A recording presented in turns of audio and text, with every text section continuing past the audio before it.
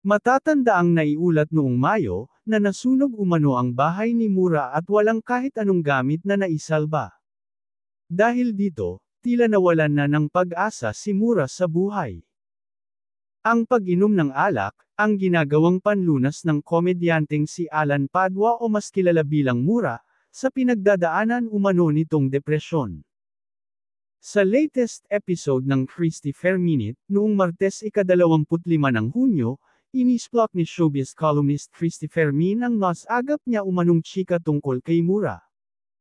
Ang dami-daming nagsasabi, nagkukwento sa atin na ito raw si Mura ay laging naglalasing. Dahil inatake ng depresyon, lahad ni Christy. Kahit naman sino talaga, nasunugan ka na ng bahay, wala ka pang proyekto, di ba? Kawawa naman, dugtong pa niya. Gayunman, binanggit ng showbiz columnist na may ilang kasamahan sa industriya, na nagpapaabot naman ng tulong para kay Mura. Unang-unang nagpadala sa kanya ng tulong si Ai de las Alas. Si Ai talaga pagdating sa mga kapwa-artista na nangangailangan, siya yung unang-unang sumasagot, kasi alam niya kung paano magsimula sa ibaba, ani Christy.